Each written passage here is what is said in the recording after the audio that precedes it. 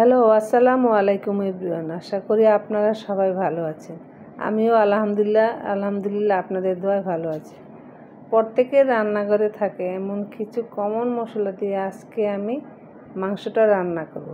আর এইভাবে মাংসটা রান্না করে খেলে অনেক অসাধারণ লাগে। এখানে আমি 2 কেজি মাংস মাঝারি সাইজ করে কেটে নিয়েছি, ধুয়ে নিয়েছি। আজকে আমি গরু মাংস সাদা ভুনা রান্না করব।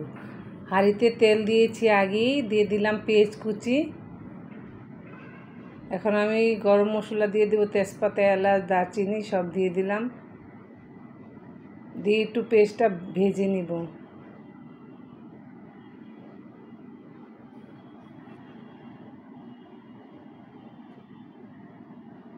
এখন আমি সব উপকরণ এখানে নিয়ে নিয়েছি, যত ধরনের মশলা লাগবে সব নিয়ে নিয়েছি।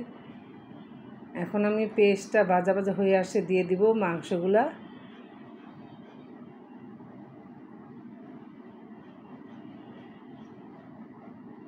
আমি একদম সামান্য উপকরণ দিই, বেশি মশলা দিব না, একদম নর্মাল যেগুলো লাগে মাংস রান্না করতে সেগুলোই দিচ্ছি।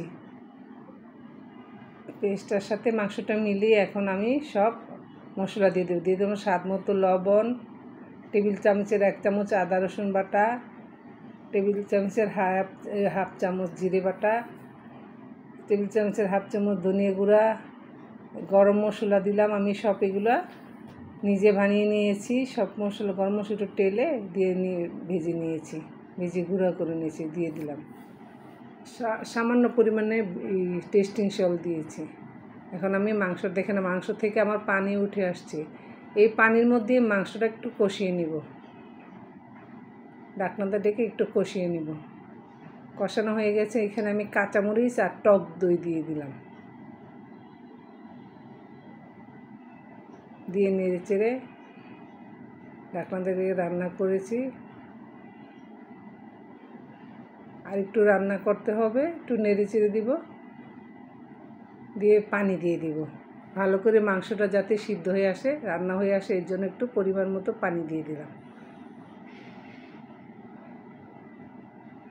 নেড়ে চেড়ে এখন আমি আবার ঢাকনাটা ডেকে রান্না করব।